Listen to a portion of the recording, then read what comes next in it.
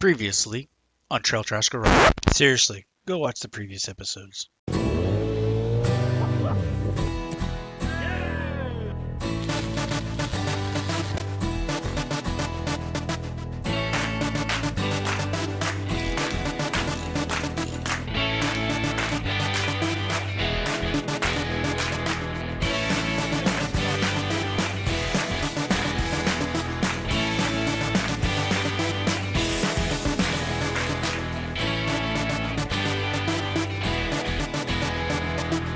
Canada because a boot.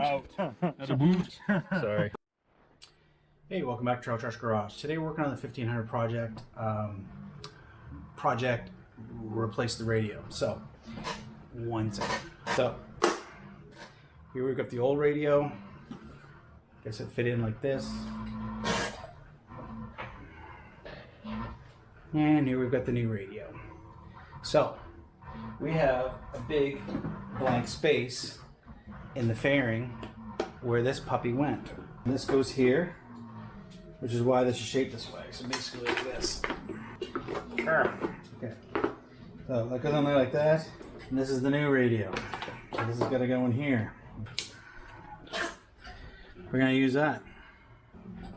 And this will go into the hole here. And this will go into the hole here. All right. So once that gets done printing, I'll show you how it's all going to go together. We've got old crappy switches that are not waterproof out. Like that doesn't even click and stay.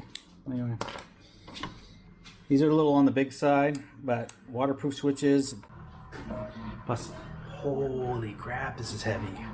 Solid construction, but whew, big. Now, just a quick recap. I don't want to go on long. The benefit of the stock radio and not trashing it is the fact that it has integrated CB, muting, intercom, all that, these different features. So it even shuts the radio off when you put the bike in reverse so that you're not distracted by the radio when you're backing the bike up and you back into something. You know, it doesn't go that fast. Anyway. But Dave doesn't use the CB. He doesn't use any of that stuff. Mainly because in order to use all those functions, you have to use the J&M headset. So the radio itself is made by Panasonic, but it's made to Honda spec, and they partnered with a company called J&M, and J&M is the one that makes the intercom system, and so that's the other parts that are in that radio. So Panasonic makes the radio, J&M makes the intercom, and I don't know who makes the CB, but anyway, it doesn't matter. It's all integrated together as per Honda spec. Now the headsets themselves are expensive. I don't know. I could look them up on the internet, but they're not cheap. He's no use. He doesn't intend to get headsets for the helmets. And if he does in the future, he can always get back to that radio. The main drawback of that radio is the fact that there's no aux in. You can't connect a Bluetooth, an iPod, or anything like that to it without opening it up and hacking it, which we tried in an earlier video unsuccessfully, but I think it was successful because I found another issue, because when I hooked this radio up, but it had no sound to the speakers either. So I found a connection up in the fairing that I'd missed that was unconnected. So anyway, this is going to actually be, I think, a little bit better anyway. The LCD in his dash is broken, so he can't really see what radio station he's on, and it's a pain in the ass. So this radio is marine grade IP, waterproof IPX6. So I think it's got Bluetooth native. It connects really easy. It sounds good. It's got 4 channels out, so we can hook up rear speakers eventually. Everything's good. So what are we doing today? Well, as you can see, we've got this big hole where the radio would be. So I've been working on designing a base plate in 3D printing. So, and then I ended up doing this separately, but this is the door, the tape deck door. So we're gonna end up putting a little bit of weather stripping around here, but right now I've just got it in with good old duct tape, just kind of mount it in there for now while we're setting everything up. But so now we're going to go with permanent mount. So the normal radio mounted 1, 2, 3, 4 holes here, okay? And then I designed this so that it's got a lip in here that it sits, so it cannot go any further out. It's just the pressure is going to push it back in.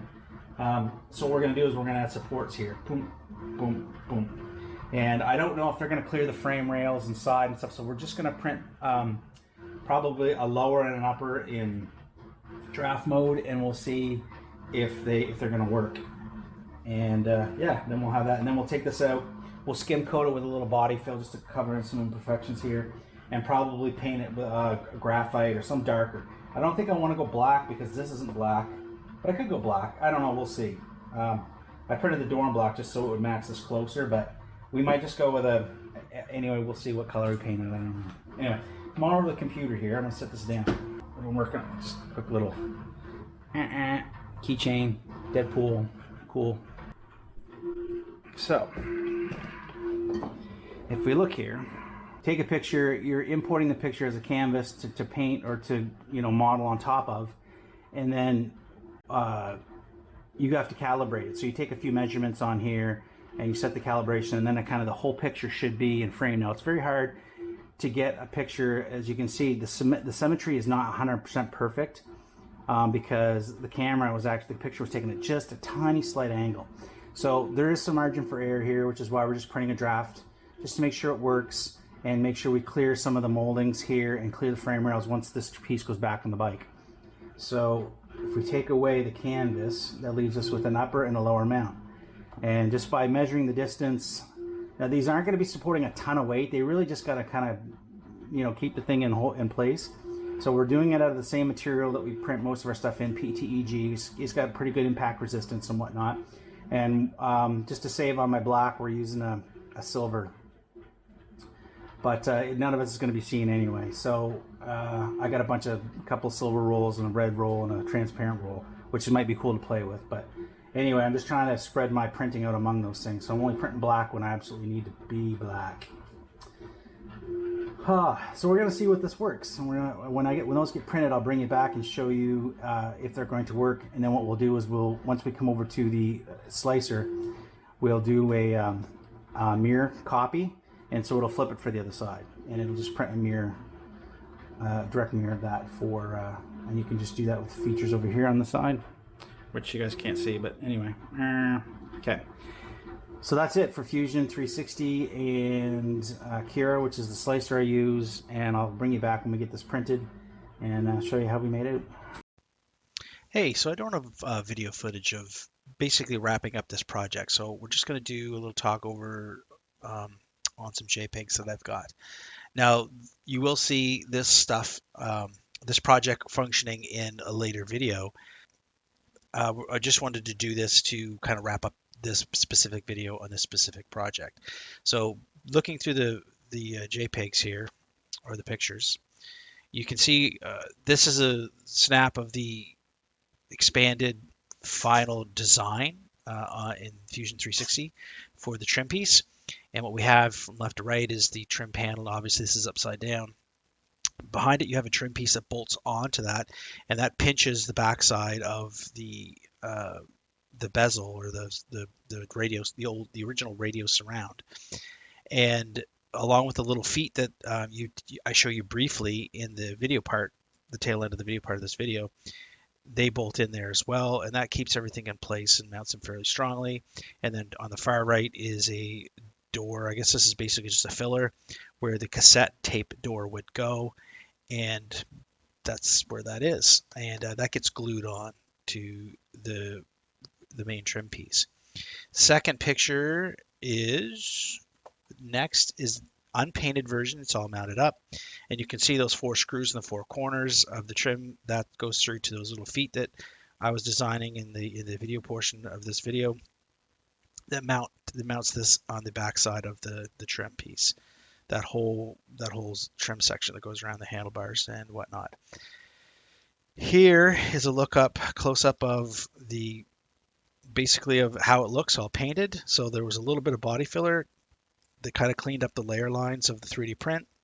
And it's not perfect. You can see a few little imperfections there. I wasn't going to go for, I didn't have time to do layers upon layers and get everything absolutely perfect, especially if this was not going to survive long term. Like this still needs to be long-term tested, like make sure those little feet are going to work and nothing's going to break or vibrate loose or whatever. It has done a couple of test rides since then. I'll just let you guys know, and everything's held up well, but we'll see how it holds up over time. And I can always revisit it. Use a little spot putty to clean up just a little tiny couple of dimples that you can see in the photo, and then repaint it. And then this is like further back, kind of gives you an idea what everything looks like back together. And then finally, these last two G pictures are just a couple of little things that we decided to add. Because of the CB radio not being used, because the radio is gone, the main radio is gone, the CBs can't be used anymore. So instead of having it there, I want to make note that the three switches there, one runs the lights, the fog lights, one runs the charging port that I'm going to show you next, and the other runs the accent lighting, which I'll show you next as well. And there probably will be some video on those specific projects, but we'll see if that happens in the future. I wired them straight to the battery. Now I wired them through switches and through relays, but they do power directly from the battery and not the ignition. And the reason I did that is I wanted to be able to use the charging port, wanted to be able to use the fog lights and the accent lighting when the engine is off, so that Dave can do that stuff. Those big switches, they light right up. There's no chance he's really going to forget it and drain the battery. Plus, as soon as he turns on the USB charger, it is paired with a voltmeter, so he can watch his voltage and make sure that it's fine. But I didn't want him to have to run the key, the ACC on the key. I wanted to be able to do that with the bike completely off and the key out of it, just in case he wants the accent lights or wants to charge his phone while he's camping or something, and he doesn't need the rest of the bike running. So that's why I did it that way. And here are those pictures. So we incorporated this picture, and basically it's where the CB would have gone. And again, there was a bezel that was 3D printed for that, so it looks good. And you can kind of see that in the previous photo if you zoom in, which you can't do on the video, but you zoom in on the dash, you can kind of see that. And I will have a short video highlighting that. And then the accent lighting, as Dave wanted, was this stuff here. So I thought that was pretty cool. He's going to have a remote control to be able to switch the lights and stuff. Obviously, in Canada here, we can't use red or, I think it's red or blue, because that's emergency vehicles or whatever. But purple and orange and yellow and all that stuff, I think is fine to use. I don't know if you're allowed to use it when you're driving, but he can kind of use it when he stops somewhere. Okay, so that pretty much wraps up this video for now. If you like this kind of content and you want to see more of what happens with the GoldWing, it's almost wrapping up here. Then stay tuned for the last couple of videos coming soon, and like and subscribe, hit that notification bell, and we'll catch you in the next video.